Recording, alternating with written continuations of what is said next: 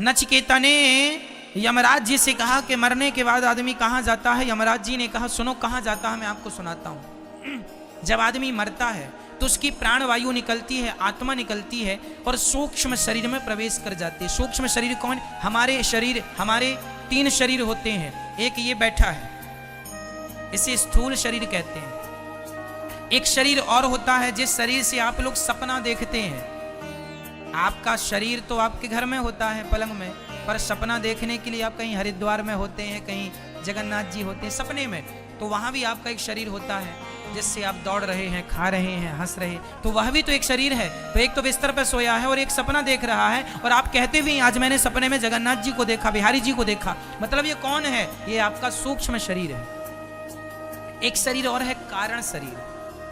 ये कारण शरीर जिस कारण से हमें मनुष्य का शरीर मिलता है, बंदर का, भालू का, जिस कारण से मिलता है उसको कारण शरीर कहते हैं। कारण शरीर का तो कोई बहुत बड़ा अस्तित्व नहीं है, वो उस कारण से तो मनुष्य मिल गया, वो कारण शरीर का काम खत्म। अब आगे का प्रोसेस ये है, 2 शरीर रह गए, एक सूक्ष्म एक स्थूल। तो ये जो बैठा है इसे कौन सा कहेंगे? मैया बोलो, मैया कौन सा है ये? स्थूल? स्थूल नहीं, स्थूल आधा सा, स्थूल। सूक्ष्म, सूक्ष्म शरीर कौन सा है? वही जो स्वप्न का दृष्टा है, जिसने स्वप्न को देखा है। वही शरीर हमारा मरने के बाद ये शरीर निकल जाता है, आत्मा यहां से निकल जाती है और उस सूक्ष्म शरीर में प्रवेश कर जाती है। और वही सूक्ष्म शरीर यहां से यमदूत उसे पकड़ कर ले जाते हैं और वहां ले जाकर यमराज जी के सामने हाजिरी लगाते हैं। यमराज वहां पर वेटिंग रूम में तुम्हें बिठाते हैं 13 दिन के लिए, जब तक तुम्हारी 13वीं ना हो जाए। 13वीं का इंतजार यमराज जी वहां पर करते हैं। क्यों? क्योंकि 13वीं में किया गया पुण्य तुम्हारे खाते में जुड़ता है। तो यमराज जी बोले आखिरी पुण्य और जुड़ जाए, फिर हिसाब करेंगे टोटल।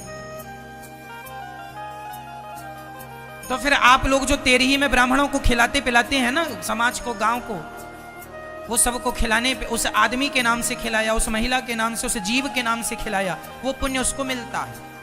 तो 13 दिन बाद वहां पर आपका हिसाब किताब होता है। 14वें दिन यमराज जी वहां पर आपको सामने बिठाते हैं, चेयर पर, कुर्सी पर, और वहां एक बड़ी टीवी लगी है। तो आपने जन्म से मृत्यु तक जो जो किया था सब रिकॉर्डिंग हो रही थी। तो वहां पर फिर पेन ड्राइव के द्वारा वहां सेटअप पे लगाया जाता है और फिर तुम्हारे जन्म से मृत्यु तक जो जो तुमने किया है, पुण्य पाप, सब वहां चलता है। यमराज जी कहते हैं देखो तुमने क्या किया, देखो कितनों का तुम गला दबा रहे हो, लूट रहे हो, देखो तुमने झूठ बोला, देखो तुमने कपट किया, देखो तुमने छल किया, तुम्हें इसलिए हमने संसार में भेजा था। आप बार बार लज्जित होते हैं अपने किए कर्म पर। अरे राम राम राम, मैंने क्या किया।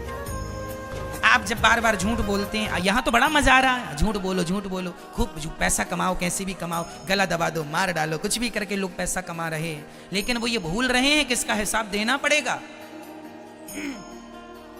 किसी को कौड़ी कम नहीं देता, किसी को दमड़ी ज्यादा, और समझदार तो चुप रह जाता, मूर्ख शोर मचाता, मेरे मालिक की दुकान में सब लोगों का खाता, बचेगा कोई नहीं। तुमने अंधेरे में भी जो पाप किया होगा ना, वहां सब रिकॉर्ड है,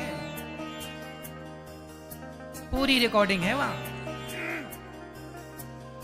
इसलिए बच के रहना रे बाबा, ईश्वर के घर देर है अंधेर नहीं है। हिसाब जब होगा, पाई पाई का हिसाब होगा। कर लो तुम खूब अत्याचार, ध्यान रखना, भोगना तुम्हें ही है। चलो, यमराज जी ने वहां हिसाब किताब कराया। अच्छा, देखो तुम गलत कर रहे हो, देखो तुमने झूठ बोला, देखो तुम अपने माँ को डांट रहे हो, देखो तुम अपनी माँ को गाली दे रहे हो, देखो तुमने अपनी माँ को 2 रोटी तक नहीं दी, देखो तुमने अपनी माँ के साथ कितना अत्याचार किया, देखो तुमने अपनी पत्नी पर कितना अत्याचार किया। और ये बहुओं की फाइल जब खुलती है, देखो तुमने अपनी सास को कितना तंग किया है, कितना सताया है, तुमने ये अत्याचार किया। सारा हिसाब किताब यमराज जी वहां रखते हैं। और फिर सब आदमी लोग, हम लोग सब थर थर थर थर थर थर थर कांपते हैं। तो अब क्या होगा, अब क्या होगा वो भी बताता हूं। तो अब यमराज जी अपने दूतों को आदेश देते हैं, चलो भाई इनका हिसाब किताब करो कितना हुआ। वहां बिल्कुल अपडेट सॉफ्टवेयर है, तुरंत डाला, हिसाब किताब आ गया, इनके 5 किलो पाप हो रहे हैं और 100 ग्राम पुण्य है। पाप कितने निकले मैया? बोल दो मेरी माँ। 5 किलो पाप और 100 ग्राम पुण्य। पुण्य 100 ग्राम, पूरी जिंदगी में 100 ग्राम पुण्य किया, और पाप 5 किलो। कई लोग तो 10-10 किलो करते हैं, पर हम तो यहाँ 5 किलो के हिसाब लेके चले।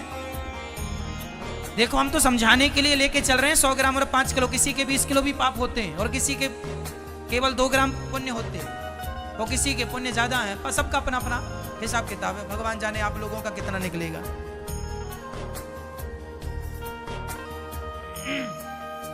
तो वहां पर फिर यमराज जी, अब कितना निकला? 5 किलो पाप। माना कि 5 किलो पाप निकला, तो फिर यमराज जी बोलेंगे आपके पाप ज्यादा हैं, इसलिए अब आपको 84 लाख योनियों में हम भेज रहे हैं। तो तुम्हारे किए हुए पापों का दंड भोगने के लिए कुछ दिन वहां नरक में रखा जाता है, और नरक की यातनाएं दी जाती हैं, और फिर नरक से रिफर कर दिया जाता है। जैसे छोटे हॉस्पिटल से बड़े हॉस्पिटल मरीज को भेजा जाता है। अब ये हमारे बस का नहीं, यहाँ जितना होना था हो गया, अब वहां ले जाओ, आगे का ट्रीटमेंट वहां होगा। उसी प्रकार से आप लोगों को पहले वहां नरक में रखा जाता है, कुछ दिन वहां धुलाई उलाई होती है आप लोगों को। अब बड़ी बड़ी कढ़ाइयां हैं वहां पर, रौरव, महारौरव, कुंभीपाक, अंध्रतामिश्र, कालसूत्र, असिपत्रवन, सुकरमुख, ऐसे 28 नरक हैं। जो महिला दूसरे पुरुष से संबंध बनाती है उसे सूकर मुख नरक में डाला जाता है। वहां एक लोहे का पुरुष होता है गरम, और जो पुरुष दूसरी महिला से और जो महिला दूसरे पुरुष से संबंध बनाती है, तो वहां पर स्त्री महिला दोनों नरक में उपलब्ध हैं, लोहे के बिल्कुल गरम। तो महिलाओं को, जो महिला किसी पुरुष के साथ व्यभिचार करती है, उसे वहां लोहे के पुरुष से चिपकाया जाता है, और जो पुरुष किसी महिला के साथ व्यभिचार करता है, गलत हरकत करता है, उससे उस महिला के संग चिपकाया जाता, जो लोहे की बिल्कुल गरम, उससे चिपकाया जाता है। आदमी तड़पता है, रोता है, चीखता है, चिल्लाता है। फिर वहां पर कोड़ों से मार लगाई जाती है। वहां पर वहां की जमीन तांबे की होती है, तांबा, नीचे से आग जल रही है, ऊपर सूर्य का प्रकाश है, और उस तांबे में सूर्य का प्रकाश, नीचे से आग, वहां दौड़ाया जाता है। यमदूत वहां कोड़े पे कोड़े, कोड़े पे कोड़े बरसाते हैं, और आप तो बार बार मूर्छित होते हैं, पर बार बार होश में लाके दिया मुंह में, दिया मुंह में, खूब मार मार के दौड़ाते हैं। और करेगा पाप। जैसे धोबी घाट में धोबी कपड़ों की धुलाई कैसे करता है, दे उठा उठा के, ले और पाप कर ले। मजा आ रहा था पाप करने में। पिट यमराज कोड़े से जब यमदूत मारते हैं ना, नानी याद आ जाती है, अभी कर लो खूब पाप तुम। ये बहुएं सासों को खूब रुलाती हैं ना, तुम्हारा एक एक आंसू का हिसाब होगा वहां पर। कर लो तुम अत्याचार, बचेगा कोई नहीं। परमात्मा सब देख रहे हैं, अंधे थोड़ी हैं वो।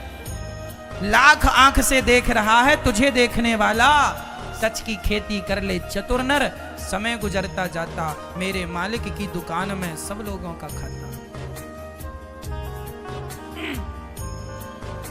इस प्रकार वहां नरक की यातनाएं देकर फिर 84 लाख योनियों में भेज दिया जाता है। 84 लाख योनियां कौन? नाली का कीड़ा। यहां आओ, नाली का पानी पियो, नाली में रहो, आनंद लो वहां। फिर उसके बाद तुम्हें गधा बनाया जाएगा, ढोते रहो बोझा। फिर उसके बाद तुम्हें सुअर बनाया जाएगा। जो शराब वराब ज्यादा पीने के शौकीन है ना, इनको सुअर बना दिया जाता है। जाओ गंदी नाली में तुम, क्योंकि शराबी अक्सर ना गंदी नाली में जाके गिरता है। तो भगवान बोले चलो तेरा वहीं ज्यादा मन था तो तू वहीं जा। तो फिर उसको सुअर बना के गंदी नालियों में अपना, आप लोग भी यदि शराब वराब पीते हैं तो अपने लिए देख लेना कि भाई हम यहाँ पे आएंगे। शराब पीना महापाप है। मैंने पहले कथा में बताया है आपको, 5 प्रकार के महापाप होते हैं। उन महापापों में पहला महापाप शराब है, दूसरा स्वर्ण की चोरी है, तीसरा ब्रह्म हत्या, ब्राह्मण की हत्या और गौ हत्या है, और चौथा गुरु पत्नी पर कुदृष्टि, जो अपने गुरु जी की पत्नी पर कुदृष्टि रखता है। ये 4 महापापी हैं। और 5वां महापापी वो जो इन चारों के संग उठता और बैठता हो और संबंध रखा हो, वो भी 5वां महापापी है। शराबियों से रिश्ता रखने वाला भी महापापी कहलाता है। इसलिए ये 5 प्रकार के महापापी को घोर नरक जाना पड़ता है, बड़ी यातनाएं सहनी पड़ती हैं, और इसके बाद फिर आप लोगों को फिर वहां से निकालकर नाली का कीड़ा सुअर फिर बनाया जाएगा। फिर सुअर बनाने के बाद आप लोगों को चमगादड़ बनाया जाएगा, उल्टा लटकी रहो, कोरोना फैलाती रहो। तो चमगादड़, फिर इसके बाद आप लोगों को चींटी बनना पड़ेगा, फिर मछली बनना पड़ेगा, फिर पेड़ बनना पड़ेगा। पेड़ बन के खड़े हैं। अब पेड़ वेड़ से जब मुक्ति मिली तो फिर उसके बाद शेर बनना पड़ा, हाथी बनना पड़ा। फिर 84 लाख योनियों के अंत में आखिरी योनि है गौ माता की। जब आदमी सारे पापों को भोग लेता है, ध्यान से सुनना, जब आप लोग सारे पापों को भोग कर निष्पाप हो जाते हैं तो वेटिंग लिस्ट में जरा देर के लिए डाल दिया जाता है। जब आदमी निष्पाप हो जाता, तुमने सारे भोग लिए ना, तो सारे पाप जब भोग के खत्म कर लिया, जब आप निष्पाप हो गए, तब आखिरी 84 लाख योनियों के बाद सबसे अंतिम योनि गाय की योनि है। फिर आपको गाय बनना पड़ता है। गाय, गौवंश, जिसमें बैल गाय सब आ गए, गौवंश। और फिर गौवंश के बाद फिर तुम जब शरीर त्यागती हो गाय का, गौवंश में बैल का शरीर त्याग कर फिर यमराज के पास जाते हो शुद्ध होकर, तब यमराज जी कहते हैं कि वाह, अब आ गए हो, तुम्हारे 5 किलो पाप खत्म हो गए, अब 100 ग्राम पुण्य बचे हैं। वो 100 ग्राम पुण्य लेकर यमराज जी कहते हैं जाओ, अब तुम मनुष्य का शरीर तुम्हें दे रहा हूं। तो ये जो तुमने मनुष्य का शरीर पाया है, ये 84 का चक्कर काट के तुम लोगों ने ये मनुष्य का शरीर पाया है। फिरत सदा माया कर प्रेरा, काल कर्म स्वभाव गुण घेरा, कबहु की नर करुणा नर देही, देता ईस बिनु हेतु सनेही, बड़े भाग्य मानुष तन पावा, सुर दुर्लभ सदग्रंथ निगावा। बड़े भाग्य से मनुष्य का तन मिला है, इसे हल्के में ना लो। ये तुम्हें सुअर खाने के लिए नहीं मिला, चोरी करने के लिए नहीं मिला, शराब पीने के लिए नहीं मिला। ये मानव का तन भैया केवल आत्म कल्याण करने के लिए मिला है। क्यों नहीं समझते? क्यों अपना नुकसान कर रहे हो? क्यों जरा से सुख के पीछे अपना सब कुछ बिगाड़ रहे हो? क्यों नहीं समझ रहे हो? जरा सा तुच्छ सा सुख, पैसे का, पत्नी का, परिवार का, भोगों का, इसके चक्कर में आदमी लोक परलोक बिगाड़ के 84 की यातनाएं भोगने पर मजबूर हो रहा है। जरा से सुख के लिए सब छोड़कर, सबसे मन हटाकर केवल भगवान में मन लगाना चाहिए। यही मानव जीवन की सार्थकता है। मेरे तो गिरधर गोपाल, दूसरों ना कोई, यही अंतिम सत्य है। अब ये कितनी देर में आपको ये इतनी सी बात समझाने के लिए इतने सारे ग्रंथ पुराण बनाए, केवल इतनी सी बात समझाने के लिए कि तुम्हें ये समझ में आ जाए कि भगवान मेरे हैं, ये संसार मेरा नहीं है। बस इतनी सी बात समझाने के लिए इतने सारे पुराण बनाए गए और इतने सारा कुछ समझाए कि इतनी सी बात जिस दिन समझ में आ जाए, बस वही आपका जीवन है। ये 84 लाख योनियों का मैंने विवरण आपको, 84 लाख योनियां हैं। इनमें कीट पतंगा, मच्छर, मक्खी सब कुछ आ गया, सब कुछ आ गया। पेड़ पौधे, मछली सब आ गए, उड़ने वाले पशु पक्षी, जलचर, थलचर, नभचर, नाना सब आ गए। जलचर मतलब जल के जीव, थलचर मतलब थल में रहने वाले और गगन आकाश में उड़ने वाले। नभचर, नभचर आ गए, सब आ गए। बस बड़े आखिरी में ये मनुष्य का शरीर दिया है, इसलिए चींटियों की संख्या ज्यादा है। भारत में सिर्फ 135 करोड़ लोग रहते हैं, ओनली 135। नई जनगणना आएगी तो 140 होंगे, 150 करोड़ होंगे अधिक से अधिक। भारत में प्रेजेंट में जो हमें जनगणना प्राप्त है उसमें 135 की बात है। 135 करोड़ लोग भारत में रहते हैं। पर मुझे बताओ चींटी कितने करोड़ होंगी पूरे भारत में? कोई गिनती है? मच्छर कितने करोड़ होंगे? हाथी, मक्खी कितने करोड़ होंगी? चींटियां, हाथी, चींटियां, मक्खी, और ये चींटी, चमगादड़, और ये भेड़, ये सुअर, ये सब गिनती करो तो आदमी से ज्यादा ये लोग पाए जाते हैं। क्यों? कोई करोड़ों सुअरों के बाद, करोड़ों भोग भोगने के बाद, योनियों में जाने के बाद, तब कहीं जाकर एक बार ईश्वर मौका देते हैं मनुष्य का। इसलिए तुम्हारी जनसंख्या कम है, चींटियों की ज्यादा, क्योंकि वो तो अभी भोग ही रही हैं अपने कर्मों का दंड। अब मैं यहां मनुष्य के बाद जब मैं मरूंगा ये शरीर छोड़ूंगा, इसके बाद पता नहीं मैं कहाँ जाता हूँ, कितनी बार मुझे कीड़ा बनना पड़ेगा। यदि मैंने अच्छे कर्म किए तब तो मोक्ष हो जाएगा, भगवान के चरण मिल जाएंगे, परम धाम वैकुंठ साकेत लोक मिल जाएगा। और नहीं तो यदि मैंने भी जरा सा संसार से मोहब्बत कर ली और मैंने भी भगवान को विसार दिया, तो पर मैं भी जन्म और मृत्यु के पहिए में पिसता रहूंगा। पुनरपि जननम पुनरपि मरणम पुनरपि जननी जठरे शयनम, चलती चक्की देख कर दिया कबीरा रोए। ये चक्की चल रही है, जन्म और मृत्यु की चक्की, सब पिस रहे हैं। चलती चक्की देख कर दिया कबीरा रोए, दो पाटन के बीच में साबुत बचाना कोए। सब पिस रहे हैं, जन्म मृत्यु जन्म मृत्यु जन्म मृत्यु जन्म मृत्यु, यही करते करते खत्म। इसलिए कितने मेहनत के बाद, कितने जन्मों के बाद ईश्वर ने मनुष्य बनाया, और उन मनुष्यों में भी तुम गर्व से कह सकते हो कि भगवान की विशेष कृपा थी आप लोगों पर, इसलिए भारत भूमि में जन्म दिया है ईश्वर ने तुम्हें। और भारत भूमि में भी तुम्हें सनातन धर्म में भेजा है परमात्मा ने। उस धर्म में, जिस धर्म में गंगा को माता, यमुना को माता और समुद्र को भगवान देवता माना जाता है, उस धर्म में तुम्हें भेजा गया है। जिस धर्म में पत्थर को भी भगवान माना जाता है, ये धर्म सबसे श्रेष्ठ धर्म है, सनातन धर्म। धरा ये जिस पर घूम रही, हम उसी केंद्र के बिंदु हैं। गर्व से कहो हम हिंदू हैं, हम हिंदू हैं, हम हिंदू। भाग्यशाली हो आप लोग कि आप लोग कथा सुन लेते हैं, वृंदावन में बिहारी जी का दर्शन कर लेते हैं। अभागी हैं वो लोग जिनके मुंह से भगवान का नाम भी नहीं निकलता।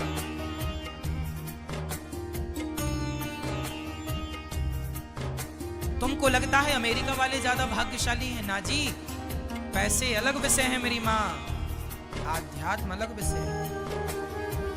पैसों से इस ज्ञान की तुलना ना करना। ये जो ज्ञान मैं आपको दे रहा हूं, ये जो मार्ग मैं आपको बता रहा हूं, इस मार्ग को पैसों से तुलना ना करना।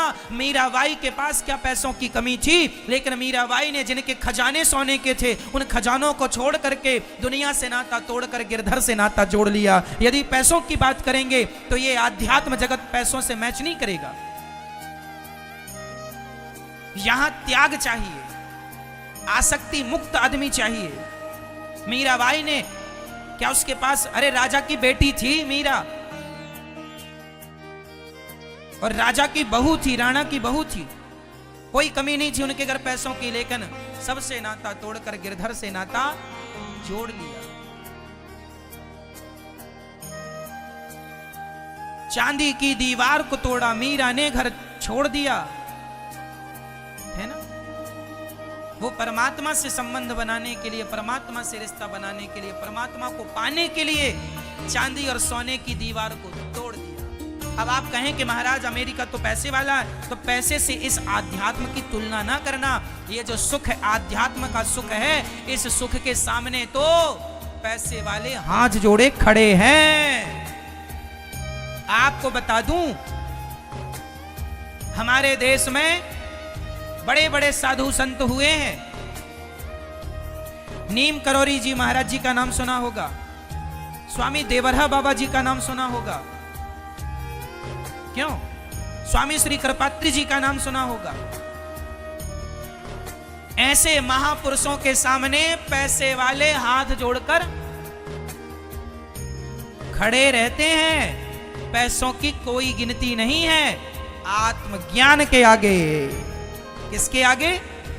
आत्मज्ञान के आगे, भक्ति के आगे, आत्मबोध के आगे किसी पैसे की कोई वैल्यू नहीं है। इसलिए भारत की तुलना अमेरिका से ना की जाए। भारत आध्यात्म देश है, और इस आध्यात्म सृष्टि में आध्यात्म गुरु यदि कोई है तो भारत है। इससे बड़ा कोई हो नहीं सकता। ये त्याग, ये तपस्या की धरती है।